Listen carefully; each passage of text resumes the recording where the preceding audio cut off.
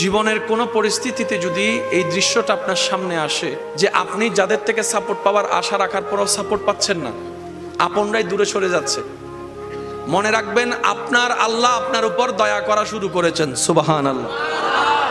ওই বিপদ থেকে আপনি যাদের সাপোর্ট নিয়ে উঠতে চাচ্ছেন, রব চাচ্ছেন আপনাকে কেউ না করুক সাপোর্ট, আপনার আল্লাহই স্বয়ং আপনাকে সাপোর্ট করতে চাচ্ছে বলেই মানুষকে দূরে সরাই দিচ্ছে। সুবহানাল্লাহ।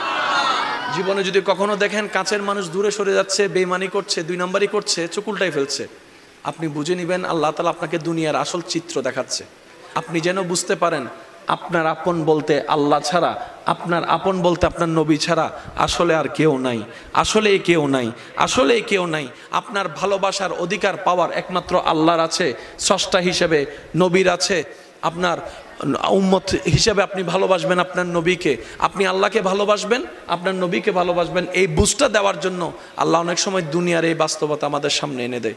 অনেক ভাই বোন, ভাই ভাই এমনও আছে মানুষের কথার ফাঁদে পড়ে, ভুল বুঝাবুঝির কারণে কিংবা মেজাজ গরম থাকার কারণে, দুই চারটা কথার শিকার হওয়ার কারণে হয়তো কোনো একটা সময় দূরত্ব হয়েছে, কিন্তু এখন একজন আরেকজনের সাথে মিলতে চায়, বসতে চায়। ওনাদের মাথায়ও চলে আসছে বাঁচবো আর কয়দিন, বুড়া তো হয়ে গেছে, কিন্তু ভাইকে এখনো বুকে জড়াতে পারলাম না।